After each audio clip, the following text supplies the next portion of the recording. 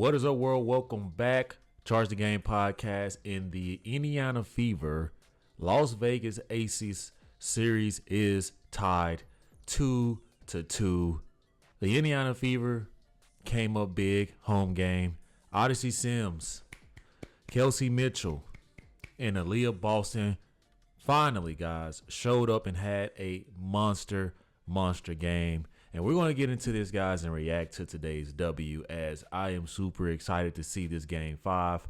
I got a sneaky, suspicious feeling that the Las Vegas Aces in the end may still, take it. But if they do not win this game 5, guys, if they don't win game 5, in the Indiana Fever make it to the WNBA Finals without Caitlin Clark playing, what does this really mean? Let's start off in the stats column, guys. First off, guys, A'ja Wilson, man, 31 points, completely goes off. And this Jackie Young, she's going to be a problem in this league for a very long time, man. A'ja Wilson bounces back, 31-point game. A'ja Wilson was killing the mid-range. I mean, goodness gracious, guys, she had a monster game. Now, when it comes to the Fever, all we needed was Aaliyah Boston, guys. Aaliyah Boston plays like this in the next game, guys. The way she's out there, jab stepping, turning around, shooting the ball the way she was shooting it. And whoa. Nyla Smith.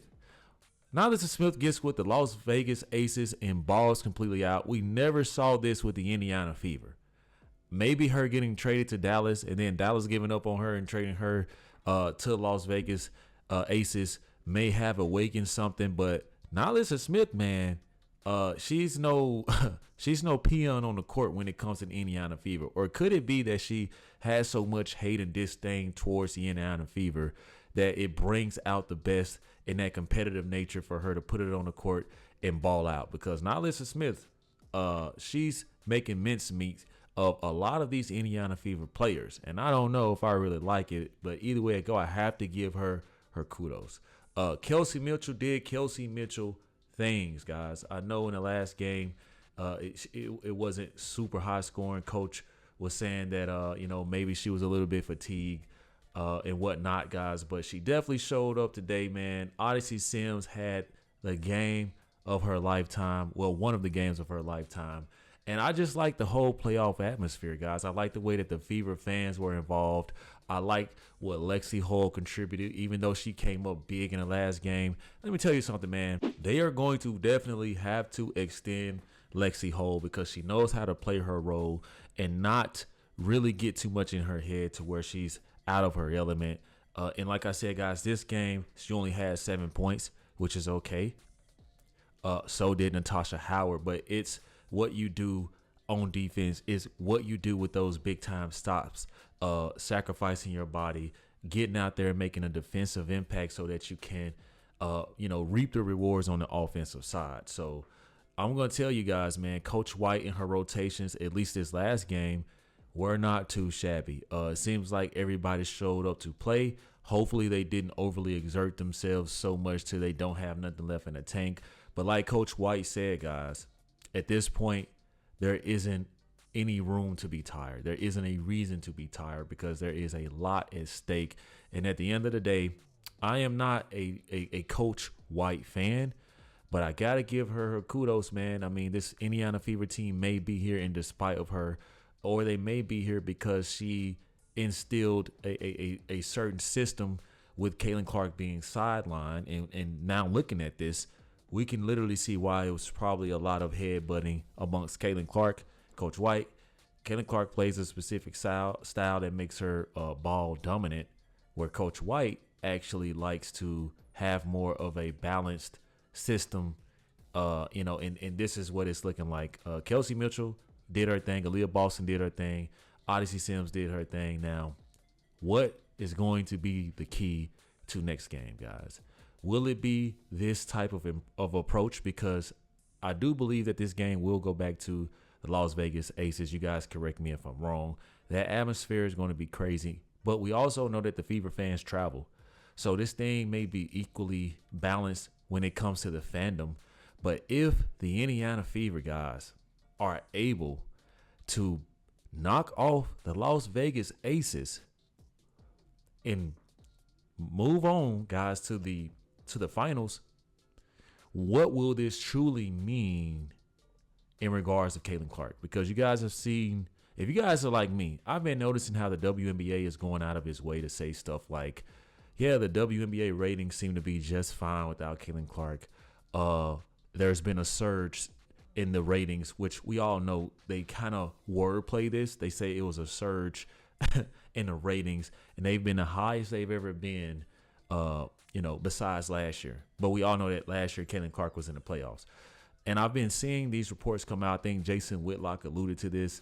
Are they trying to kind of not necessarily move off from Caitlin Clark, but try to rebalance the league another way? I noticed that they're propping Paige Beckers. And what I'm getting at, guys, is if the Fever make it to the WNBA finals without Caitlin Clark, what will this locker room think? How will they think going forward in the next season when Caitlin Clark is to return? Will they be like, we did this without you? We made a deep playoff run without you?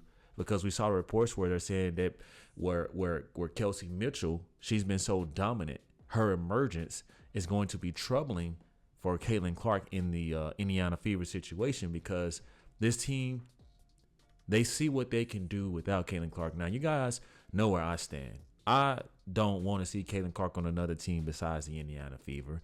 I think that it's in their best interest to retain Caitlin Clark. The fandom, the fan base is just too ridiculous. She's done so much for the game. You don't want another team to possess Caitlin Clark. But you still have to ask the question, what will this look like if they make it to the WNBA finals without our girl Caitlin Clark? Could you imagine the reports? Could you imagine Jason Whitlock? Could you imagine Skip Bayless? What is this really going to look like? Which is why I just don't see the Las Vegas Aces really losing, because it's going to look terribly bad on them. You guys lost against a Caitlin Clark-less team? Really? I don't think it's going to happen. This has been a good series, in my opinion. I like the back and forth. I like how the intensity from both teams. I see Aaliyah Boston out there calling and one, yelling in Asia Wilson's face. Asia Wilson doing the same thing.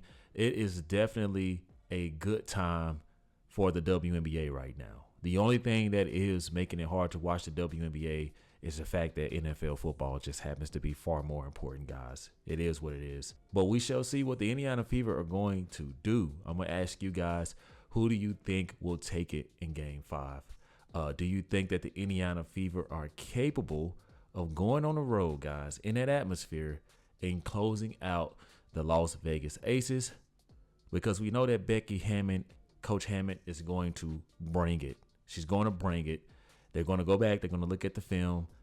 Asia Wilson, I believe, is going to have another monster game. She isn't a four-time, WNBA MVP for no reason. And she showed that tonight. Even in the loss, guys, Asia Wilson showed how dominant she can be. And I do expect her to have another big game. I suspect and expect others will come to the party.